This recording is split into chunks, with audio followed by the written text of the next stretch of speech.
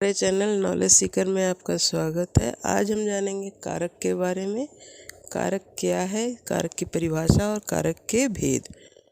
इससे पहले हम वीडियो की शुरुआत करें, आप हमारे चैनल को सब्सक्राइब कर दीजिए और बेल आइकन को ऑल पर सेट कर दें। और अगर आपको हमारा यह वीडियो पसंद आता है तो इसे लाइक और शेयर ज़रूर करें। संज्ञा या सर्वनाम के जिस रूप से वाक्य का संबंध किसी दूसरे शब्द के साथ जाना जाए उसे कारक कहते हैं। कारक संज्ञा या सर्वनाम शब्दों का वह रूप होता है जिसका सीधा संबंध क्रिया से ही होता है। किसी कार्य को करने वाला कारक यानी जो भी क्रिया को करने मुख्य भूमिका निभाए वह कारक कहलाता है। कारक की परिभाषा। वाक्य में प्रयुक्त शब्द आपस में संबंधित होते हैं। क्रिया के साथ संज्ञा या सर्वनाम का सीधा संबंध ही कारक है। कारक को प्रकट करने के लिए संज्ञा और सर्वनाम के साथ जो चिन्ह लगाए जाते हैं उन्हें विभक्तियाँ कहते हैं। जैसे पेड़ पर फल लगते हैं। कारक के भेद। कारक के 8 भेद होते हैं। कर्ता, कर्म, करण, संप्रदान, अपादान, संबंध, अधिकरण और संबोधन। कर्ता की विभक्ति है ने, कर्म की को, करण से द्वारा, संप्रदान को के लिए, अपादान से अलग होने के अर्थ में, संबंध का की के रा री रे, अधिकरण में पर और संबोधन हे अरे। कर्ता कारक। संज्ञा या सर्वनाम के जिस रूप से क्रिया के करने वाले का बोध हो उसे कर्ता कारक कहते हैं। इसका चिन्ह ने कभी कर्ता के साथ लगता है और कभी वाक्य में नहीं होता है, अर्थात लुप्त हो जाता है।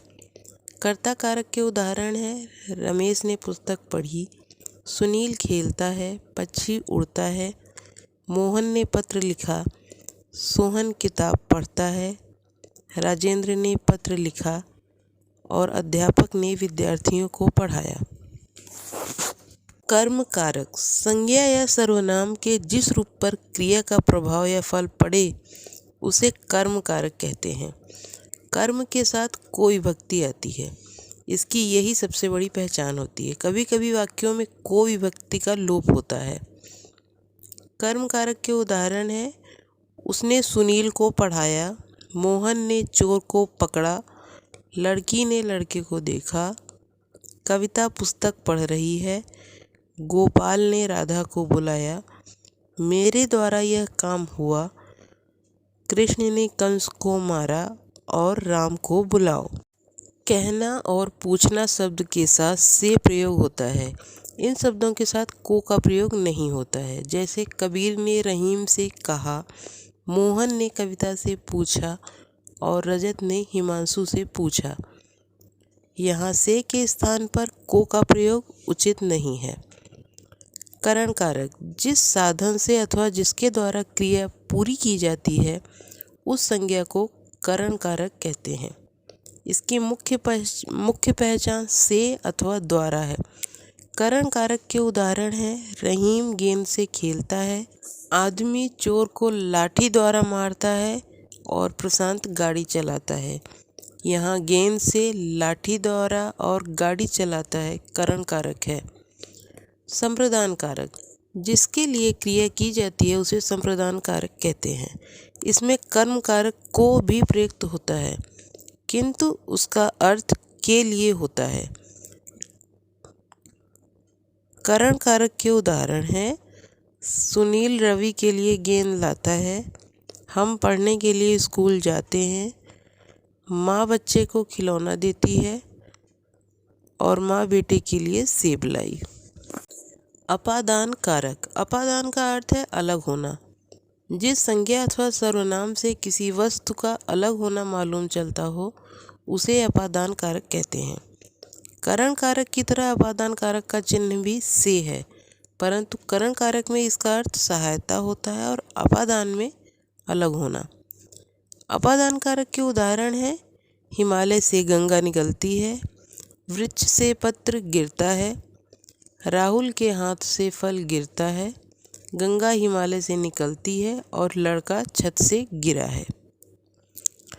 संबंध कारक।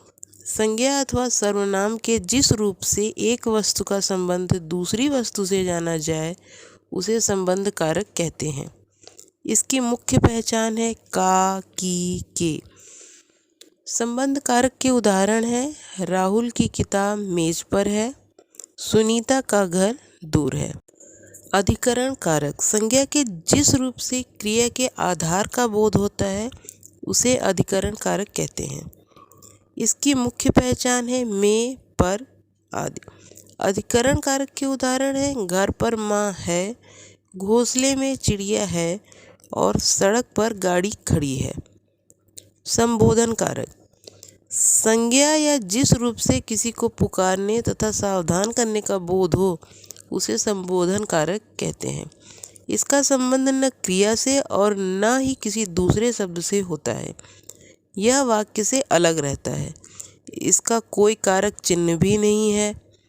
संबोधन कारक के उदाहरण हैं खबरदार, रीना को मत मारो, रमा देखो कैसा सुंदर दृश्य है, लड़के जरा इधर आ। कर्म कारक और संप्रदान कारक में अंतर।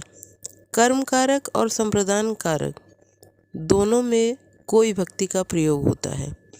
कर्म कारक में क्रिया के व्यापार का फल कर्म पर पड़ता है और संप्रदान कारक में देने के भाव में या उपकार के भाव में को का प्रयोग होता है। जैसे विकास ने सोहन को आम खिलाया, मोहन ने सांप को मारा, राजू ने रोगी को दवाई दी, स्वास्थ्य के लिए सूर्य को नमस्कार करो। करण कारक और अपादान कारक में अंतर। करण कारक और अपादान कारक दोनों ही कारकों में से चिन्ह का प्रयोग होता है, परंतु अर्थ के आधार पर दोनों में अंतर होता है। करण कारक में जहाँ पर से का प्रयोग साधन के लिए होता है वहीं पर अपादान कारक में अलग होने के लिए किया जाता है। कर्ता कार्य करने के लिए जिस साधन का प्रयोग करता है उसे करण कारक कहते हैं, लेकिन अपादान में अलगाव या दूर जाने का भाव निहित होता है। जैसे मैं कलम से लिखता हूँ, जेब से सिक्का गिरा, बालक गेंद से खेल रहे हैं, सुनीता घोड़े से गिर पड़ी।